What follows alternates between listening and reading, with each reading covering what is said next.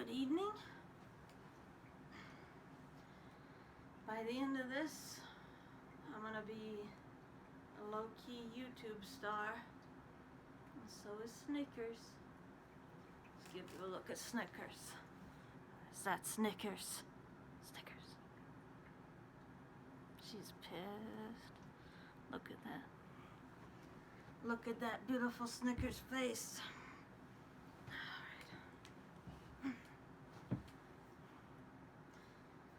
So, oh, hang on. Somebody else has come. Come here.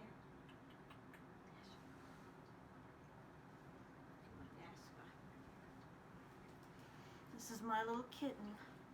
Not so little anymore. I know he looks just like Snickers, but he's not. He's much nicer. Aren't you, Jasper? Look how much nicer he is. Yeah. Snickers is gonna swat him in the face for getting this attention from me. Look what a sweet boy. He's very sweet. Alright. That's enough. That's enough. So, what am I doing? Besides playing with cats? Well, I'm here to deliver a message about Emilie Towns's book, Womanist Ethics and the Cultural Production of Evil. So, in this book, which I actually find extremely compelling and it's central to one of my dissertation chapters, I love this thing. In this book, Emilie Towns, she argues that evil is created, evil is sustained as a product of human culture. Now this perspective, of course, as we talked about in class before, is set in contrast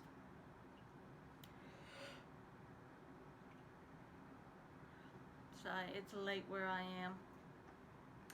It's set in contrast to Marjorie Suhaki's claim that sin, distinct yet related to evil, is violence against creation that stems from humanity's own inherent tendency toward violence. So if you think about Suhaki, sin as inherent, then you have Towns, evil is constructed in human society. Though Towns may regard evil as culturally produced, and Suhaki regards sin, I hate finding cat hairs in my mouth, I tell you. And Suhaki may regard sin as rooted in intrinsic human tendencies. One conviction that both women share is that evil and sin are manifested concretely through violence against God's creation, whether that violence is culturally produced or whether that violence is a result of original sin. Now, the evils that Towns addresses are those experienced by black women in the United States over several centuries. She doesn't begin with the atrocities of slavery or lynching, though, but she turns to an examination of the stereotypes concerning black women that historically have been used to justify abuse and violence against them.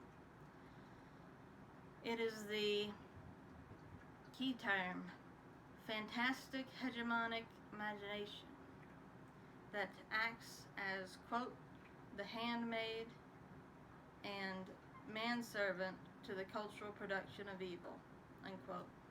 Gotta be gender inclusive with that fantastic hegemonic imagination. So it roams to and fro upon the earth, shaping the collective imagination of peoples, and for ill, not for good. The fantastic hegemonic imagination is so called because it encompasses all of the destructive fantasies that dominant groups, the hegemonic or ruling groups, hold in relation to marginalized groups. The fantastic hegemonic imagination facilitates the proliferation of stereotypes that justify violence against human beings and the continuation of oppressive structures. Now, evil is constructed through the machinations of the fantastic hegemonic imagination.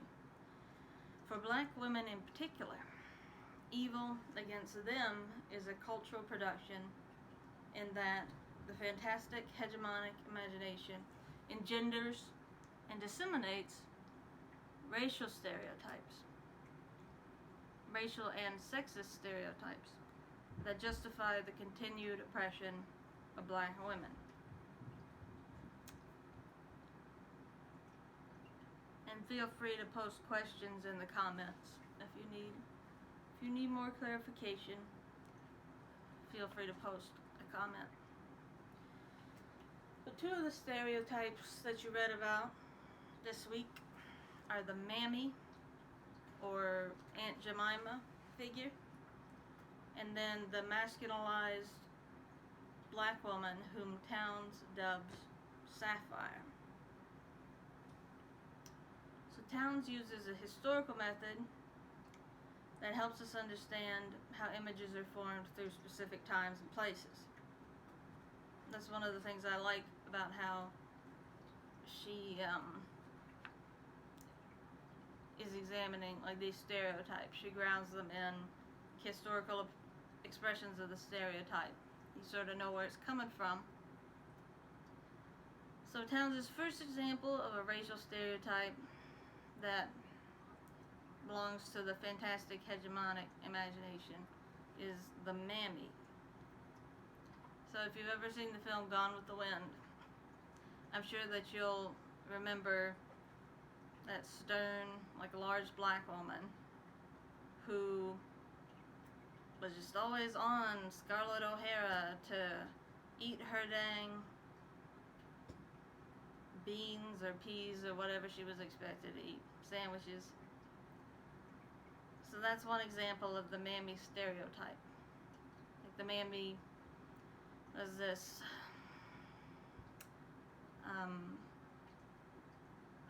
I think Townes says sexless figure, wholly devoted to the well-being of the white family and the white children. And why did the mammy have to be like this kind of sexless large black woman figure? I mean, obviously it was to obscure the reality that white men were raping black female slaves regularly. I mean, there's a lot of ways you can look back in history and see how white people tried to obscure that reality. So you can also see the mammy stereotype in this infamous film that I had the pleasure of watching, I don't know, like 2 hours of the dang thing.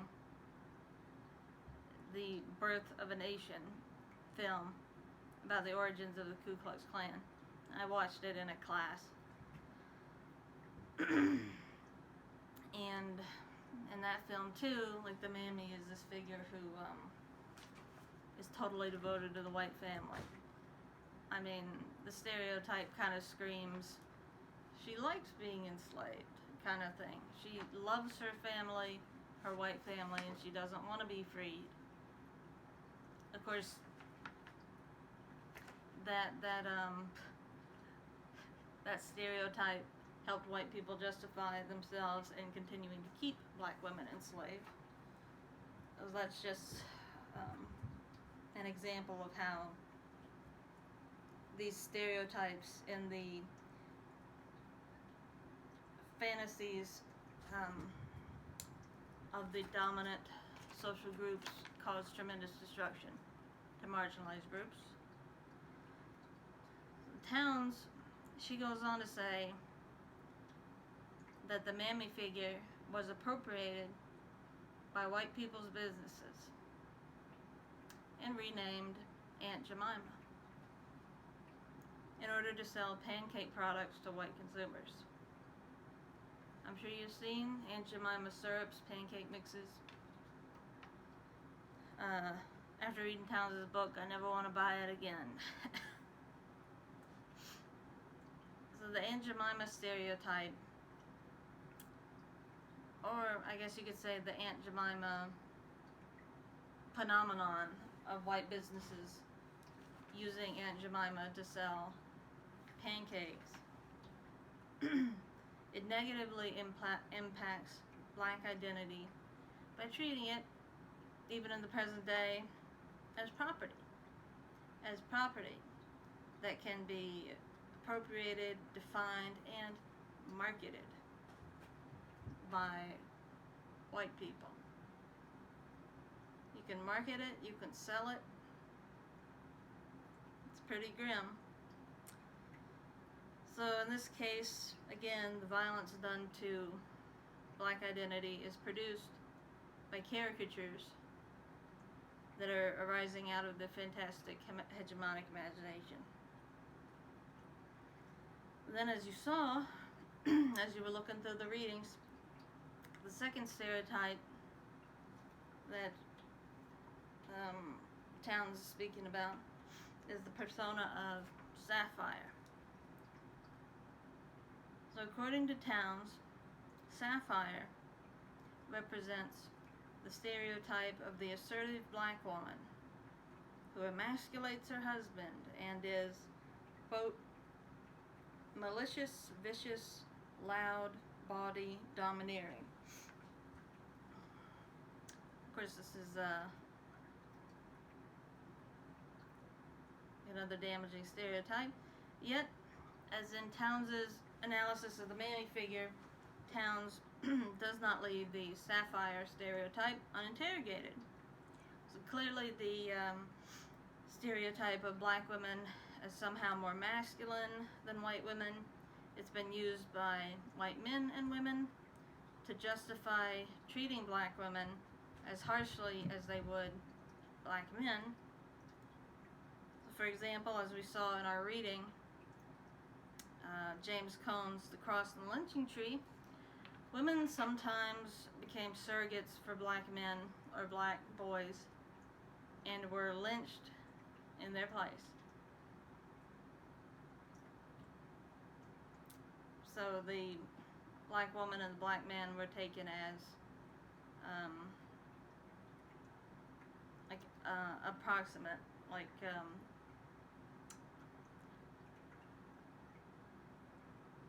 the you know how it is, like how it was in the South supposedly, where white women were deserving of like good treatment and all of this, like courtesy, chivalry, whatever.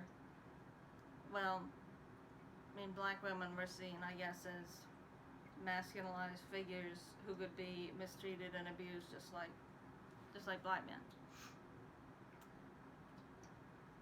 And then, as we saw in your Dolores Williams reading, black women often were required again to be surrogates for black men when being assigned hard labor. So this stereotype has also had like a destructive effect on black women. So Towns, she moves to subvert, reclaim, and use the masculinized Sapphire for liberative purposes. Turn it on its head, make it yours. I mean, that's happened a lot in a lot of different areas. Like, think, for example, the word queer used to be a slur, and now LGBTQ people proudly use the word queer. It was reclaimed, and now it's used as a source of pride. So Towns is doing a similar thing here, like reclaiming this image of the like loud black woman, the assertive black woman, which had been like a damaging stereotype, but she's arguing that it's precisely this assertive sapphire figure who is needed in present-day society, who's needed to offer clear-eyed, no-nonsense critiques of racist systems, who's needed to disrupt comfortable normality. The Towns seems to genuinely enjoy stepping into that persona and doing the hard work of social critique. I've seen her speak in person myself, and I'm not sure if I saw her say this in person or through some other medium, but I believe she identifies with this figure of Sapphire the most out of all the figures that she writes about in this book. So for Towns, this masculinized black female provides, as she says, the methodological edginess necessary to free ourselves from our entrapment in any kind of unexamined assumptions, like disrupting that comfortable normality and forcing us to examine our assumptions. So though in white European culture, racial distinctions were seen as natural and racial groups as monolithic, Sapphire enters the conversation with the courage and the verve to disrupt all of those hegemonic fantasies.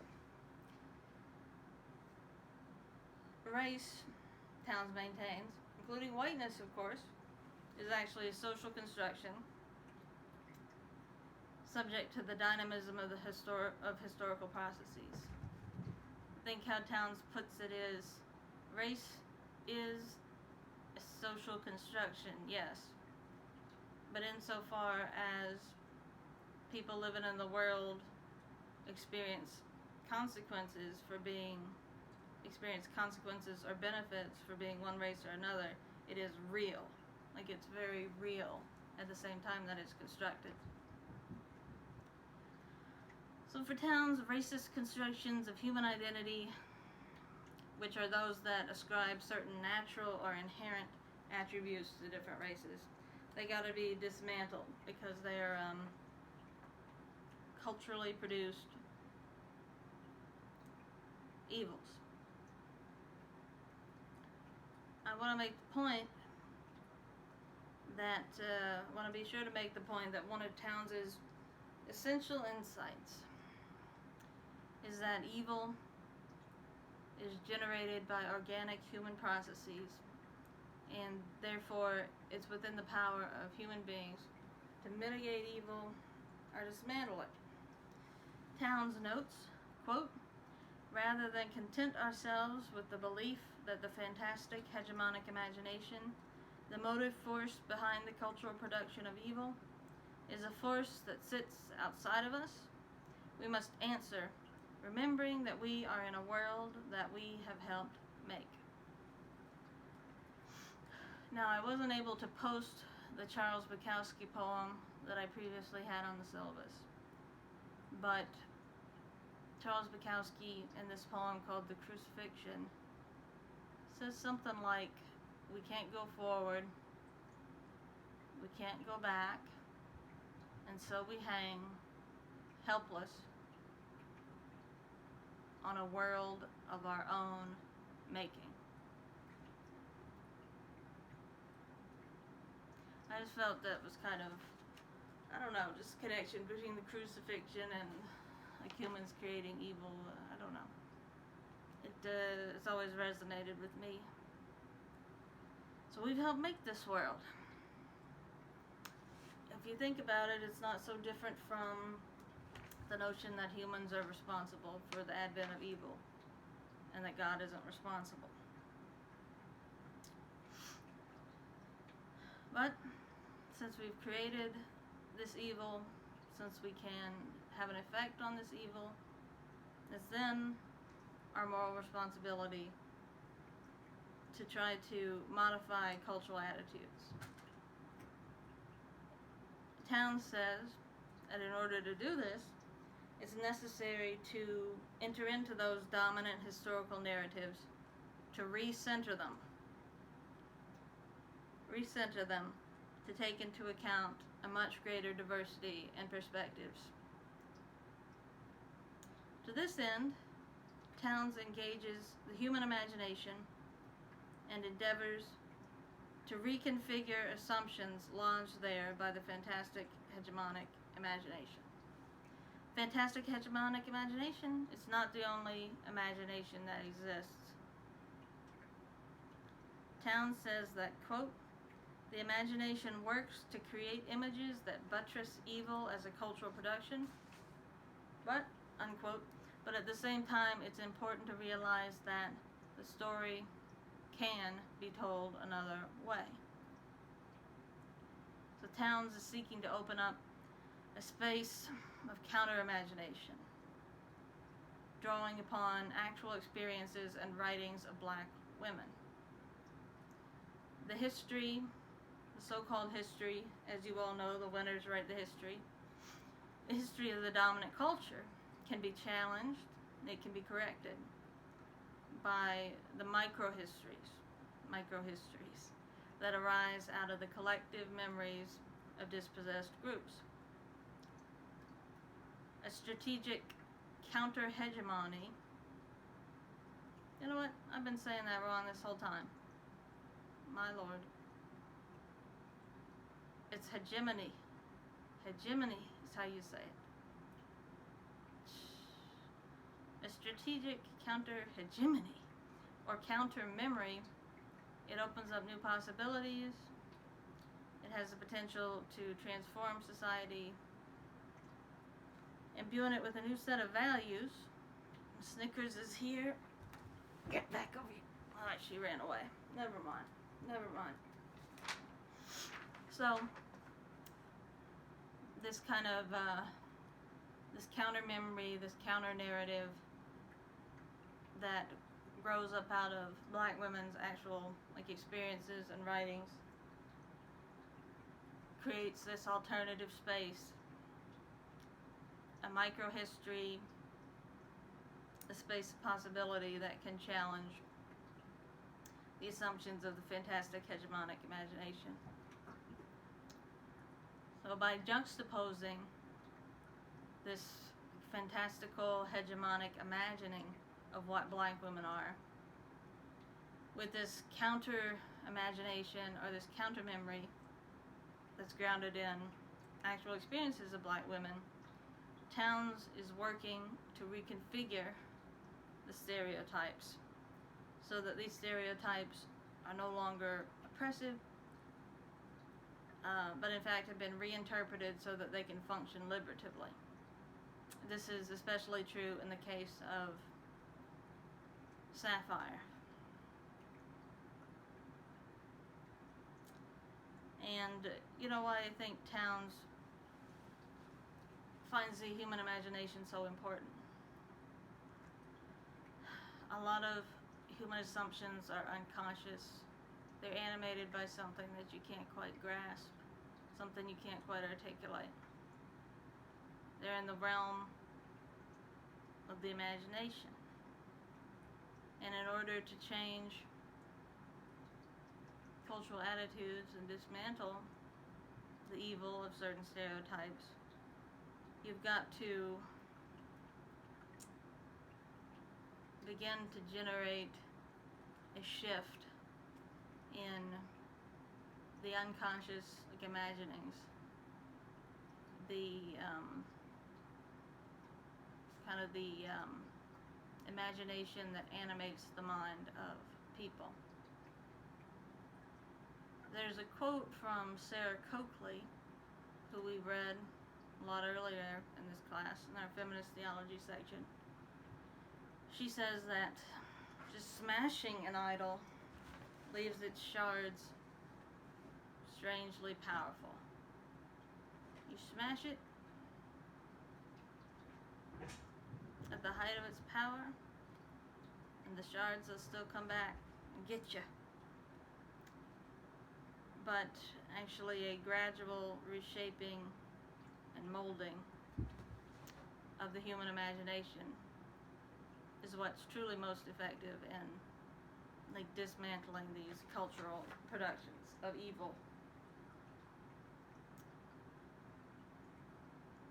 In Towns, she concludes that solidarity, human solidarity, as we've seen in many other texts this semester, is necessary in the task of dismantling cultural productions of evil.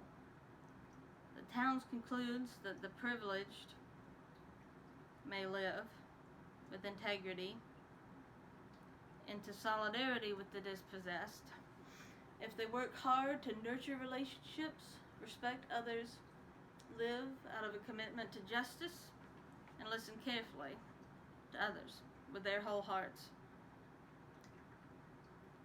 Now, Towns suggests that in order to dismantle evil as a cultural production, humans have to live every day, combining the challenge of the present with hope for the future, and strive daily, making the choice to strive in faithfulness to the principles of love, justice, and peace. So in other words, it seems like Towns is doing what many liberationist thinkers have done and calling her readers to make a preferential option for the dispossessed. So Towns, she finally urges her readers to live an authentic life that's true to their own commitments, true to their actual selves, their own worth and value and dignity, in defiance of that violence that's regularly done to human identity and human diversity by the fantastic hegemonic imagination. And before I end, there's just one other concern that a couple of students brought up with me when I first mentioned the contrast between Suhaki and Towns. Basically, some of you were concerned that thinking of evil as a cultural production and as something that human beings could begin to dismantle takes away from the agency of God, kind of diminishes the need for God's grace. And my response to you then was that it can be God acting through human beings to empower them to dismantle evil.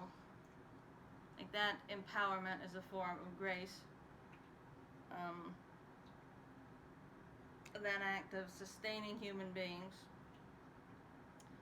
through dismantling evil is an act of grace.